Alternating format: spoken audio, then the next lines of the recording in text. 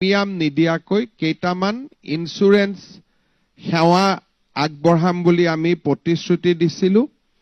আজি state bank আৰু union বেংকৰ লগত হোৱা বুজাবুজিৰ চুক্তিৰ জৰিয়তে এই আঁচনিখন 1 জানুৱাৰীৰ পৰা কাৰ্যকৰীকৰণ হ'ল।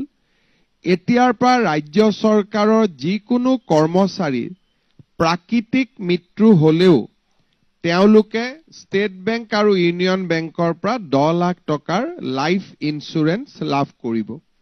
যদি প্ৰাকৃতিক হয়, ডিজিজৰ কাৰণে বেমাৰত মৃত্যু হয়, তথাপিতো চৰকাৰে আগা লাভ কৰিব।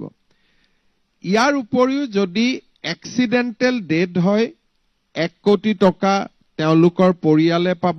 যদি দুৰ্ঘটনাজনিত মৃত্যু হয়, দুৰ্ঘটনাত যদি তেওঁলোক পাৰ্মানেন্ট ডিজেবল হয় 1 কোটি টকা পাব আৰু পাৰ্মানেন্ট পাৰ্চিয়েল ডিজেবিলিটি হলে 80 লাখ টকা পৰ্যন্ত এই দুইটা বেংকৰ পৰা কৰ্মচাৰীসকলে লাভ কৰিব।